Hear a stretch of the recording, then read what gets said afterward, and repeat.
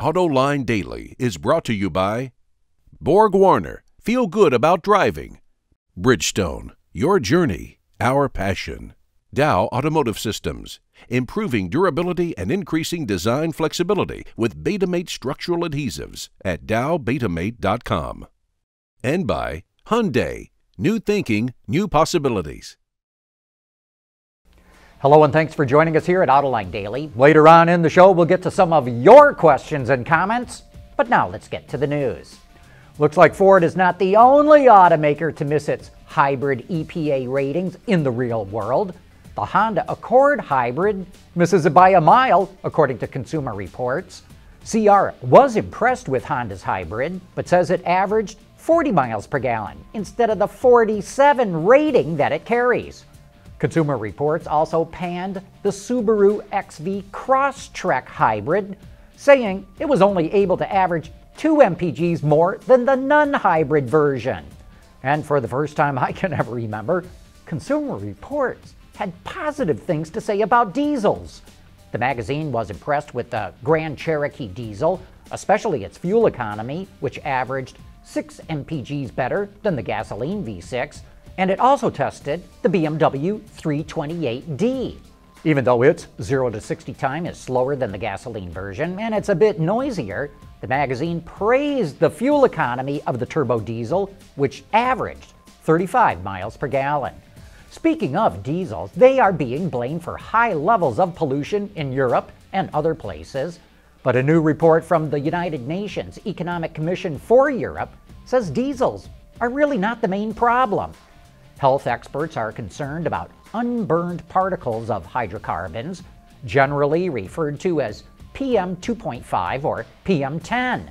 That stands for particulate matter that are only 2.5 or 10 micrometers in size. These fine particles can be breathed in and embed themselves on people's lungs, which can cause cancer. But the UN report says that 83% of PM 2.5 and PM 10 emissions come from sources other than diesels.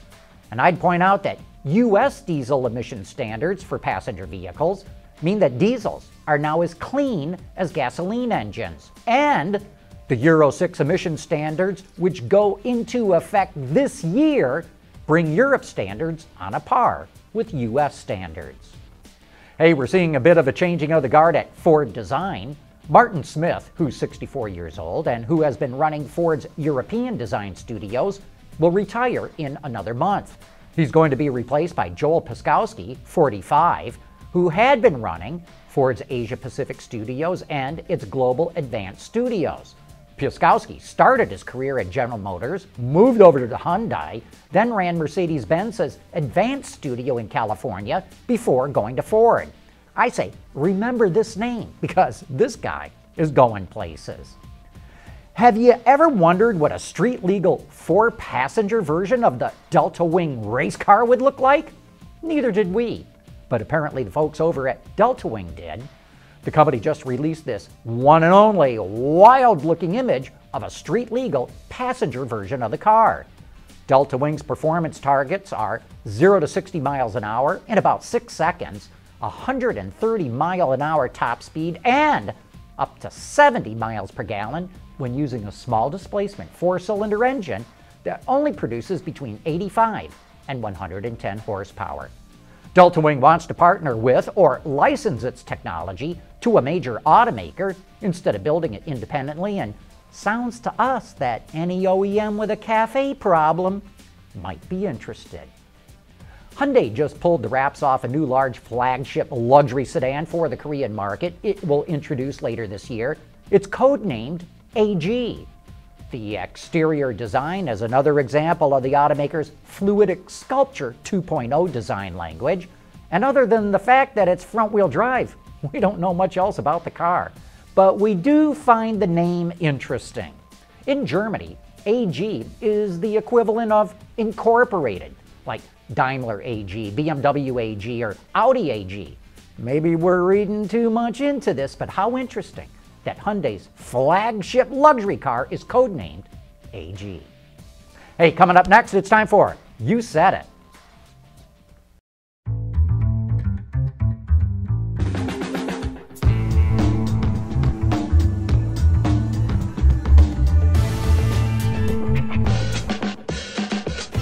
Sonata from Hyundai.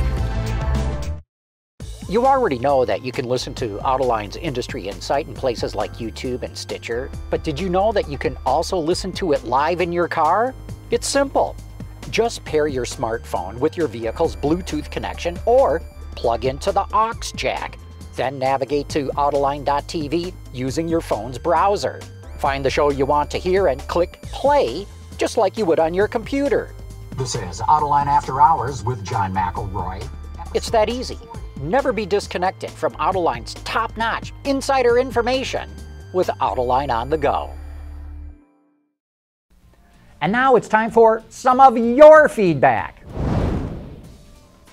Boy, I set off something of a firestorm with my comments on Tuesday about how bad television coverage is of motor racing. We got all kinds of comments and emails, including this one from Alex Barnett in Canada.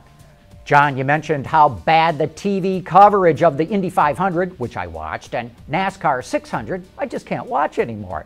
And I agree completely about the coverage, but you missed commenting on the other big race of the day, the Monaco Grand Prix. In Canada, we get the BBC British coverage. It was a great race with incredible backdrops and in-car camera and telemetry work, all with no commercials, and not once did I hear boogity, boogity, boogity. Well, Alex, I didn't include my F1 coverage in my rant because it was starting to go a little bit long. But you're right, the F1 coverage is a lot better.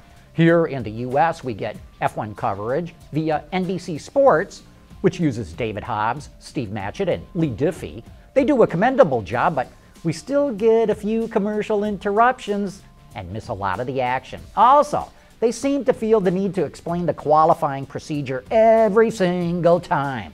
I don't know of any other sports coverage where the rules of the game are explained every single game. And why is it that in every other sport, it's the pace of the sport that dictates when a commercial break comes, whereas motor racing is the only one where the sport is interrupted for a commercial break? AC wants to know, John, why are you so negative about electric cars and Tesla in general? It's like you want them to fail. Nah, that's not true. I actually like electric cars. Go read my review of the Chevy Spark EV in the Seat Time section of our website. It's pretty positive. Here's my problem with electrics. They are being mandated into existence. They are being showered with all kinds of government subsidies to build them, to sell them, and to charge them. There is very low natural demand for these vehicles in every market in the world. And so every car company that makes EVs is losing money on them. And I'm completely against government mandates that force car companies to lose money. Rick may have come up with one of the better ideas I've heard of in a long time. Forget heated seats and steering wheels. Here in Oklahoma, we need air-conditioned steering wheels during our hot summers. Sometimes you need oven mitts in order to touch anything inside the car. I love that idea. So okay, all you product planners out there in the audience, which one of you will be the first to the market with a cool-to-the-touch steering wheel? A bunch of you wrote in after the Autoline This Week we did with the color experts. I wish we could have answered all your questions, but I think MJB sort of hit the nail on the head. This could be viewed as a chicken and the egg discussion. Do people drive bland cars because that's all the dealers stock, or do dealers only stock bland colors because that's what most people end up choosing? Well, there's no question that dealers like to buy safe colors. That is, popular colors like black, white, and silver. They don't want to be stuck with burnt orange or lime green that sits on the lot for months. But you can't blame dealers for the bland color problem. Even in countries like Germany and Japan, where buyers mostly order their cars instead of buying them off the lot, the most popular colors are black, white, and silver. Hey, thanks for all your letters and comments. We truly like reading through them all, even if we can't answer them all. And before we go, don't forget that Autoline After Hours tonight will feature Monty Kerr, the chief engineer on the Toyota Camry. Here's your chance to get an insider's view of developing the best-selling car in the American market. Of course, if you can't watch it live, you can always catch it later on our website, at the iTunes Store, or on our YouTube channel. And that wraps up today's report. Thanks for making us a part of your day.